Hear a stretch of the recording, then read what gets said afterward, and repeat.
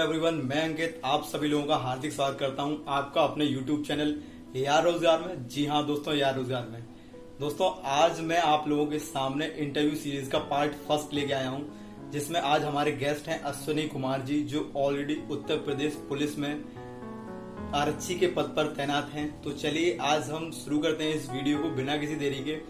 मिलते हैं अश्विनी जी से। अश्विनी जी, आप सभी लोगों को सबसे पहले अपने बारे में बताएं कुछ। नमस्कार अंकित जी। नमस्कार सर। सभी भाइयों को नमस्कार।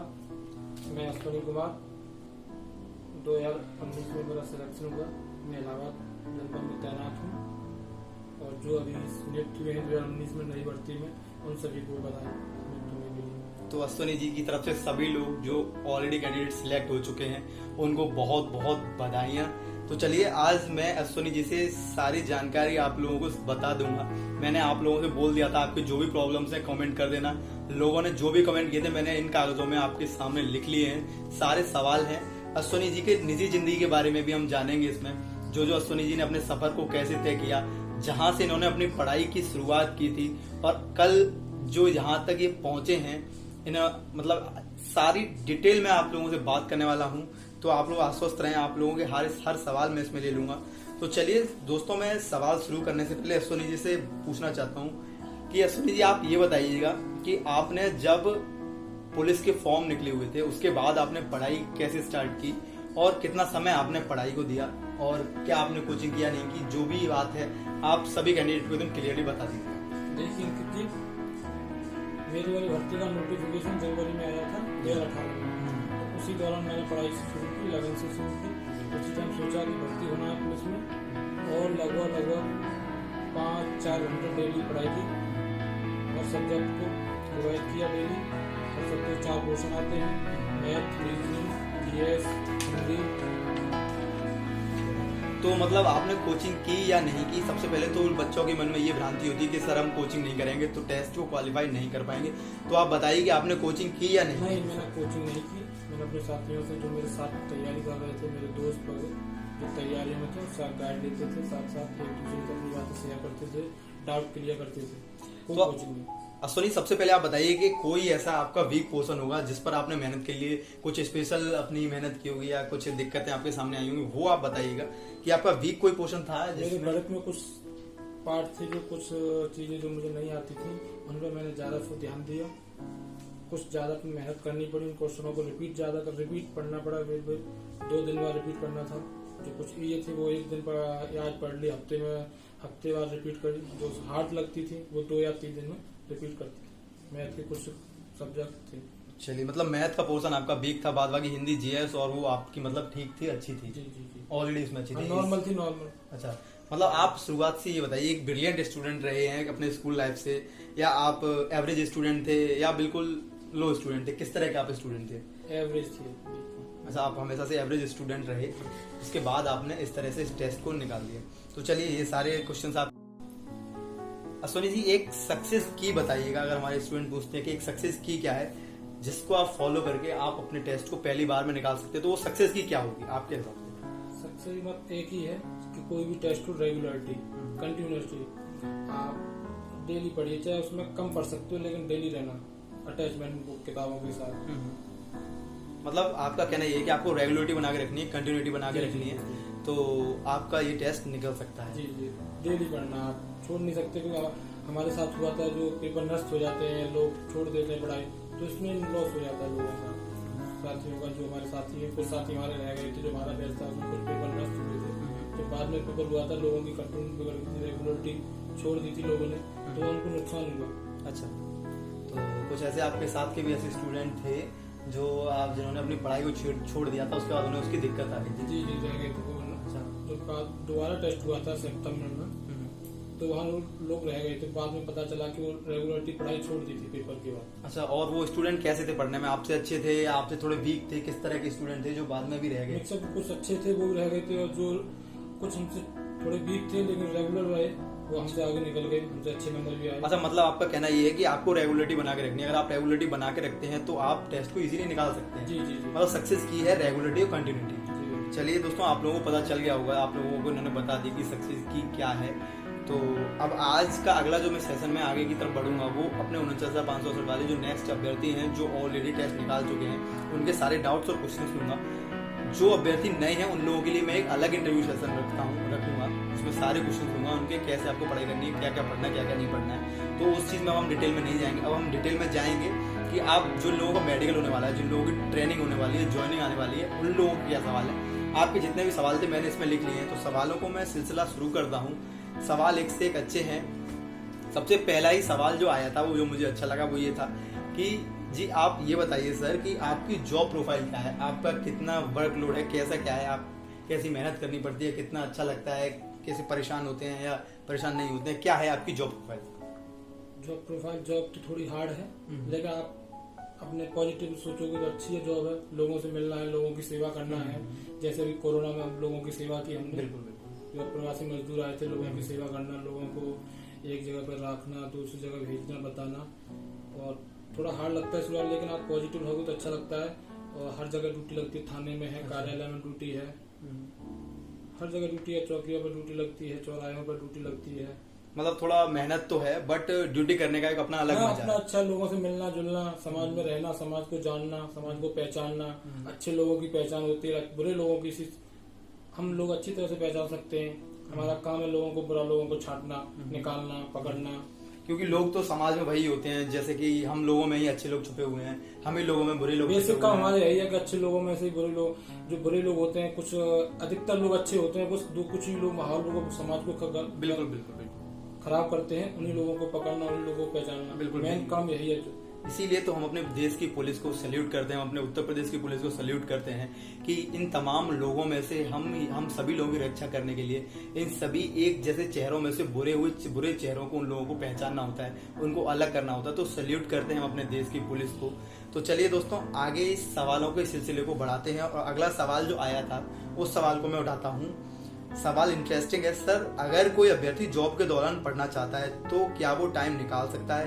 कुछ ऐसे टिप्स दे दो जिससे पढ़ने वाला स्टूडेंट अपनी पढ़ाई आगे कंटिन्यूटी बना सके, मतलब पढ़ाई कर सके आगे, पढ़ाई जिसको अपनी कंटिन्यूटी बना के रखनी है, जिसको आगे एग्जाम देने वो ये है कि आप इस जॉब के दौरान आप 2 या 3 घंटे निकाल सकते हैं पढ़ाई के लिए। हाँ, लेकिन इसके लिए आपको अपने मजबूत रहना कि हमें पढ़ना है। अब आपको थोड़ा ढील लूज होते हो तो ये सोचोगे कि टाइम नहीं, लेकिन आप चाहोगे पढ़ना तो टाइम निकलेगा। मतलब आपको फर्म डिटर्मिनेट रहना है, आपको डिटर्मिनेशन रखनी है अपने अंदर कि मुझे पढ़ना है, दृढ़ निश्चय रहना है कि मुझे पढ़ के इस टेस्ट को निकालना है, तो आप पढ़ सकते हैं। जी बिल्कुल। विभाग में प्रमोशन के लिए टेस्ट होते हैं, पढ़ाई होती है, तभी आगे बढ़ते हैं। जी बिल्कुल बिल्कुल, क्योंकि बहुत से लोग जो अभी हमारे कैंडिडेट अभी ज्वाइनिंग पर चले जाएंगे, आपके बैच के भी बहुत सारे ऐसे स्टूडेंट हैं, जल्द यूपीएसआई का एग्जाम आने वाला है, कुछ पीसीएस में इंटरेस्टेड होते हैं जो लगातार अपनी पढ़ाई को बनाए रखते हैं, बट किन्हीं हालातों की वजह से उन लोगों को अभी जॉब ज्वाइन करनी पड़ती है, तो वो लोग अपनी पढ़ाई की कंटिन्यूटी कर सकते हैं, बट थोड़ी उन्हें मेहनत ज्यादा करनी पड़ेगी। ठीक है, मतलब लोड तो है पर आपको मानसिक तौर पर मजबूत रहना कि हमें पढ़ना है, तो आप टाइम निकाल सकते हो, 3 घंटे 3.5 घंटे एक दिन में निकाल सकते हैं। तो चलिए दोस्तों ये बात भी आपके समझ में आ गई होगी कि आप लोगों को अपने मानसिक तौर पर मजबूत रहना है, उसके बाद आप लोग अपनी पढ़ाई का समय निकाल सकते हैं। चलिए सवालों के सिलसिले को मैं आगे बढ़ाता हूँ। अगला सवाल आया है जिसके लिए सब बहुत बेताब में, बहुत परेशान रहते हैं कि सर सैलरी कितनी है, कितनी ट्रेनिंग में कितनी सैलरी मिलती है, ड्यूटी टाइम में कितनी सैलरी मिलती है। बच्चों को भाई सबसे ज्यादा जरूरी है सैलरी, उन्हें जानना है कि सैलरी कितनी है। वैसे सैलरी के बारे में पता होता है, पर चलिए आपके मुंह से सुनते हैं कि क्या है सैलरी और ड्यूटी टाइम पे कितनी सैलरी आती है, ट्रेनिंग टाइम पे कितनी सैलरी आती है। चलिए बताइएगा सर। ट्रेनिंग टाइम और ड्यूटी टाइम में सैलरी सेम रहती है, लेकिन सिटी का अलाउंस, जगह का अंतर पड़ सकता है। हर जगह की थोड़ा महानगर का और शहर का अंतर हो सकता है सैलरी में, लेकिन ड्यूटी टाइम पर, ट्रेनिंग टाइम पर जो मूल वेतन होता है वो सेम होता है। अच्छा अच्छा, मूल वेतन समान रहता है, बट कुछ थोड़ा बहुत अप्स एंड डाउन्स रहते हैं, जैसे एचआरए वगैरह लग जाते हैं कुछ, तो सैलरी थोड़ी घट बढ़ जाती है। कुछ एनपीएस वगैरह का भी थोड़ा सा सिस्टम रहता है, तो सैलरी का अप एंड डाउन होती रहती है। मतलब मूल वेतन जो है वो सेम ही रहता है, बट कुछ लोगों के अंदर ऐसी भ्रांति रहती है कि जब ड्यूटी पे चले जाते हैं, जब ट्रेनिंग के बाद में पोस्टिंग पे चले जाते हैं तो सैलरी कम हो जाती है। तो ऐसी कोई बात नहीं है, सैलरी कम नहीं होती है। चलिए ये बात भी आपकी क्लियर हो गई होगी, सैलरी वाली भी बात। तो चलिए हम अगले सवाल की तरफ लेके चलते हैं कि सर पुलिस का ट्रांसफर कितने साल में होता है और एक जिले में हमेशा के लिए पोस्टिंग रह सकती है क्या? यार ये सवाल का जवाब तो मैं भी दे सकता हूँ, पर चलिए अश्विनी जी से सुनते हैं। एक जिले में हमेशा पोस्टिंग नहीं रह सकती, अधिकतम 10-12 साल आप रह सकते हो और वैसे आप मूल किसी अगर जनपद नई नियुक्ति होती है तो आपको वहाँ कम से कम 3 साल रहना था। अच्छा, मिनिमम आपको 3 साल वहां रहना होता है, उसके बाद आपका ट्रांसफर किसी और शहर में हो सकता है। एक सवाल ये भी लोगों के दिमाग में बहुत आता है कि सर मेरा गृह जनपद है, मेरा होम टाउन है, क्या मैं उसमें रह सकता हूँ या नहीं रह सकता? नहीं, आप ना गृह जनपद में रह सकते हैं, ना बॉर्डर स्कीम सरकार द्वारा लागू की गई है, ये भी चल रही है, जो हाल ही में हमारी सरकार द्वारा लागू की जाती है। बिल्कुल। कुछ समय समय पर सरकार द्वारा निर्णय लिए जाते हैं। अच्छा, मतलब आप अपने गृह जनपद में नहीं रह सकते, बहुत कॉमन सी बात है, अपने गृह जनपद में नहीं रह सकते। तो चलिए ये बात भी आपके क्लियर हो गई होगी। अब मैं अगले सवाल की तरफ लेके चलता हूँ। लोगों का सबसे ज्यादा सवाल उठता है वो ये भी था कि सर मेडिकल से पहले कोई नोटिस वगैरह आता है या नहीं आता है, या मेडिकल के बारे में हमें पता कैसे चलेगा कि मेडिकल होना कब है? मेडिकल का नोटिस जो विभाग का वो ऑफिशियल वेबसाइट है उस पर आएगा, समय जब होगा तब। समय समय पर जो विभाग अपनी कार्यक्रम रखता है वो बताता रहता है समय समय पर, और नोटिफिकेशन अवश्य आएगा जी। तो मतलब पहले नोटिफिकेशन आ जाएगा, उसके बाद आपका मेडिकल की प्रक्रिया। अगला जो सवाल है वो लोगों का ये है कि सर मेडिकल में सबसे ज्यादा मेजर पॉइंट कौन से मिलते हैं, मतलब ऐसा पॉइंट कौन से होते हैं जिनमें बच्चों को रीमेडिकल मिलता है या बच्चे जिनको अनफिट कर दिया जाता है, तो वो पॉइंट कौन से होते हैं आप वो बता सकते हैं? मेडिकल में 2-3 पॉइंट है जिनमें अधिकतर लोगों को रीमेडिकल मिलता है, जैसे नॉकनी है, कलर विजन है, आईसाइट चेक करने वाले हैं, वैसे इनमें अधिकतर रीमेडिकल मिलता है डॉक्टरों के द्वारा। और वैसे नॉर्मल मेडिकल है, कोई डरने की जरूरत नहीं है, जैसा बता रहे थे कि लोगों को डर कुछ नहीं, आप स्वस्थ हो क्योंकि आप फिजिकली स्ट्रॉन्ग हो तो आप ठीक हो, डरने की खास जरूरत नहीं है। चलिए ठीक है। तो मतलब मेडिकल में जो सबसे ज्यादा मेजर पॉइंट मिलते हैं वो नॉकनी होता है और कलर विजन में होता है। कलर विजन में और आई डिस्टेंस में ये एक पॉइंट है अगर आपको, तो इसमें आपको रीमेडिकल मिल सकता है। तो दोस्तों जिन लोगों को ये प्रॉब्लम है उसका सॉल्यूशन आप अभी ढूंढ लीजिएगा, और इसका कुछ सॉल्यूशन का मैंने आप लोगों को बता भी रखा है। अदरवाइज अगर किसी को प्रॉब्लम है तो उनके सॉल्यूशन की अलग वीडियो बना दूंगा, आप चिंता ना करें।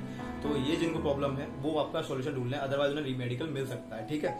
तो अगला सवाल है, ये कुछ ज्यादा अच्छा सवाल नहीं, बट फिर भी आपका सवाल तो मैंने ले लिया कि कुछ लोग पूछ रहे थे कि सर पैन कार्ड बनवाना है क्या, पैन कार्ड जरूरी है क्या? नहीं, पैन कार्ड की तो आपको जरूरत पड़ेगी जब आप अपना सैलरी अकाउंट खोलवाओगे, तो पैन कार्ड तो मस्ट है ना। तो सबसे पहले आपको पैन कार्ड है, आधार कार्ड है, इन लोगों की इन चीजों की जरूरत पड़ेगी। आप जेटीसी में पहले से आप बनवा के जाएंगे तो अच्छा रहेगा। वही बिल्कुल, जैसे कि आप जानते हैं कि जब आप अपना बैंक में भी अब अपना अकाउंट खुलवाने जाएंगे तो आपको पैन कार्ड की जरूरत पड़ेगी, और बैंक में अकाउंट खुलवाएंगे क्योंकि आपको सैलरी चाहिए। तो पैन कार्ड तो बहुत नॉर्मल सी चीज है, पैन कार्ड तो होना ही होना चाहिए, उसके बाद पैन कार्ड का काम नहीं चलेगा। अगला सवाल ये है, ये सवाल अच्छा है कि सर डॉक्यूमेंट कब बनवाने हैं और क्या क्या डॉक्यूमेंट्स बनवाने हैं? डॉक्यूमेंट आपके ऑलमोस्ट जो अभी जो भर्ती चल रही है प्रक्रिया, इन सभी को डॉक्यूमेंट तैयारी होंगे कुछ, क्योंकि आपने डीवी दिया है, डॉक्यूमेंट वेरिफिकेशन, उसमें डॉक्यूमेंट मांगते हैं। और कुछ डॉक्यूमेंट होते हैं जो सरकार जब भर्ती बोर्ड मांगेगा तो नोटिफिकेशन बताएगा क्या क्या चाहिए। 2-3 डॉक्यूमेंट, अधिकतर आपके डॉक्यूमेंट तैयार होंगे। चलिए, तो डॉक्यूमेंट्स कुछ जो लोगों के तैयार पहले से ही हैं या डॉक्यूमेंट्स अभी बनवा के रख लें? हाँ, जो आप बनवा लें तो अच्छा है। कुछ अगर जैसे नहीं बने हैं बनवा लेंगे तो वो सही रहेगा, पहले से पेमेंट क्लियर होगा। तो आपको मतलब तब आपकी जब मेडिकल टाइम होगा तो आपकी भागदौड़ थोड़ी सी कम हो जाएगी। चलिए, मेडिकल में ये अगला सवाल है जो मेडिकल संबंधित है वो लोगों का ये, सर मेडिकल में हाइट में निकाल सकते हैं क्या? हाइट में तो आज आपका डीवी हो गया तो मेडिकल हाइट में क्या, जब डीवी में हाइट नहीं होता फिक्स पास होगी, जब हाइट आपकी पूरी होगी तभी आप आगे आएंगे। तो मतलब मेडिकल में हाइट में नहीं निकाल सकते, मतलब और ऑब्वियस सी बात है, जब आपने डीवी कराया होगा आपने अपने लोगों का, तो आप लोगों का वहाँ पे हाइट मेजरमेंट हुआ होगा। अगर वहां से आप पास हुए होंगे तभी आप प्रोसेस में आगे बढ़े होंगे, अगर वहां से आप पास नहीं हुए। हाइट वो अपनी नापते हैं कि कितनी हाइट है, इसलिए वो लिखने के लिए नोट इसके लिए नापते हैं, कागजी कार्रवाई के लिए अपनी हाइट को नापते हैं। ठीक है। एक सवाल आया था सर, ये इस सवाल को मैंने इसलिए उठाया क्योंकि ये सवाल कई लोगों का था, सर मैं बोलने में हकलाता हूँ, मैं अपना नाम लेता हूँ तो हकलाता हूँ, तो क्या मैं नॉर्मली चलता है इतना तो चल जाता है? चलिए, उसमें चलता है। एक सवाल ये भी आया कि सर पर्सनल चेकअप्स होते हैं क्या, प्राइवेट चेकअप होते हैं क्या? ये तो डॉक्टर ही बता सकते हैं, जो कमी होगी तो डॉक्टर बताएगा, अगर आप सही होगा पास हो। तो प्राइवेट चेकअप होता है क्या ये, मतलब? हाँ, होता है। अगला सवाल ये है कि सर वर्दी कब बनवानी है? देखो, ये बढ़ती है, आपका खाता खुलना है, इसी के लिए जेटीसी होती है। इसी में जेटीसी आपकी जब शुरुआत होगी तो 1 महीने की, 20 दिन की, 25 दिन की होती है। इसमें आपको सभी जो बेसिक काम है, वर्दी बनाना है, आपके वर्दी के साथ साथ कई काम होते हैं, पूरी वर्दी है, जूते हैं, खाता खुलना है, कार्ड बनना है, ये सब जेटीसी के काम है। उसी टाइम पर अच्छा, मतलब जेटीसी के दौरान में यही प्रक्रिया पूरी कराई जाती है, इसीलिए मतलब जो आपकी बेसिक जरूरत होती है, जो आपको जो ट्रेनिंग टाइम में जरूरत है कुछ चीजों की, ये अपने आप होता है। अच्छा। चलिए, तो तो ये सवाल भी आपको क्लियर हो गया होगा, वर्दी वाला अच्छा सवाल था, अच्छा लगा सुन के। ट्रेनिंग के टाइम पर कितनी रनिंग करवाते हैं? सर मुझे रनिंग करने में प्रॉब्लम होती है, इसका जवाब और दे दीजिएगा। रनिंग की तो ऐसा आप जो भाई आप जाने वाले हैं, ट्रेनिंग हो सकता है 2 महीने कोरोना की वजह से लेट हो रही है, लेकिन आखिरकार जाना तो है ही।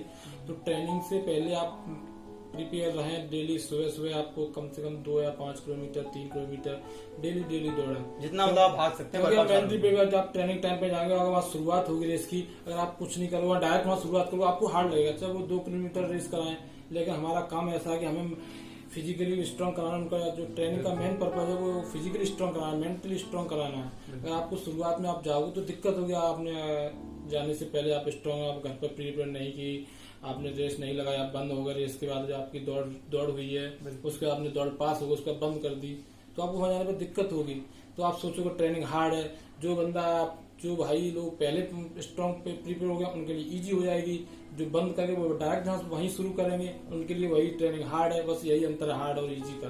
और आप अपने घर से ही स्ट्रांग होके जाएंगे तो इजी लगेगी। और आपको अगर वहीं डायरेक्ट शुरुआत करेंगे, जो हमारे पीटीआई सर होते हैं, आईटीआई सर होते हैं, वो तो वहाँ वो ट्रेनिंग हार्ड लगेगी। बस यही अंतर होता है कि ट्रेनिंग इजी और हार्ड होने का। अच्छा, एक ऐसे मस्त रहो और घर से प्रिपेयर होके जाओ, खुश रहो, अच्छा रहेगा। ट्रेनिंग टेंशन लगा, बस बोझ मत लेना। ट्रेनिंग को एक मस्त खेल अच्छे तरह रहे। तो आप हमारे व्यूअर्स को, हमारे जितने भी कैंडिडेट्स हैं, उन लोगों को अपनी तरफ से एक सजेशन क्या देना चाहेंगे कि ट्रेनिंग आने वाली है, उससे पहले या उसके बाद में आप लोगों को कैसे रहना है, क्या करना है? एक तो भाई अगर आपका मेडिकल रह गया तो आप अपने पूरी बॉडी को सेफ रहें, सुरक्षित रहें, घर पर ही ज्यादातर जब जरूरत हो तभी बाहर निकलें। और ट्रेनिंग टाइम पर मेंटली टेंशन ना लें कि ये हो रहा है कि ये हो रहा है। खुश रहें अपने। और पहली बात अपने घर से मजबूत होके जाएं, प्रिपेयर होके कि जो रेस का काम है सबसे ज्यादा हार्ड लगती है रेस। अच्छा, ट्रेनिंग टाइम रेस में क्योंकि हम लोग बंद कर देते हैं, रेस पास होने का रह जाते हैं, वहीं जाके शुरू करते हैं। तो वहाँ कुछ लोग अच्छे होते हैं, कुछ लोग पहले से मजबूत, घर से रेस मजबूत हो। तो अगर रेस मजबूत होगी तो आपको ट्रेनिंग अच्छी लगेगी। तो रेस में कोई दिक्कत नहीं तो ट्रेनिंग अच्छी लगेगी तो मूड भी अच्छा आएगा आपका।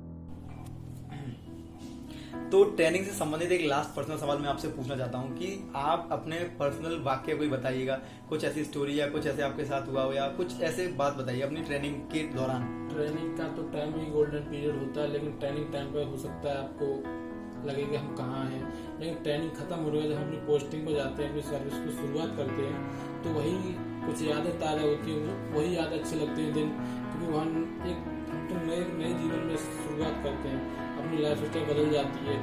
सिविलियन से जिम्मेदारी है फोर्स वाले पर, फोर्स में हमारे चेंज आते हैं, भर्ती होते हैं। तो अगर एक नया वातावरण मिलता है, नया माहौल क्रिएट होता है, तो वहाँ के बाद बहुत कुछ बदला मिलता है। नए दोस्त मिलेंगे, नए माहौल से आओगे, नया लाइफ स्टाइल हो जाता है।